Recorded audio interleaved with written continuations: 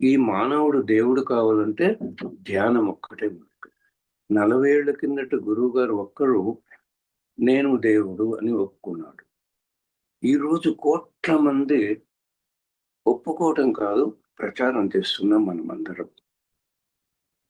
ఈ భూలోకంలో అందరూ ధ్యానం చేసి ఈ లోకమంతా దేవతలతో నిండిపోతే దైవలోకం అయిపోతుంది. చూసారా?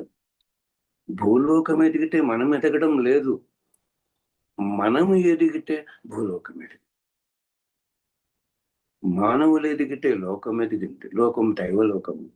ఈ లోకము జగత్తులోనే ఒక భాగం. ఈ లోకం ఎదిగితే జగత్తు ఎదిగింది.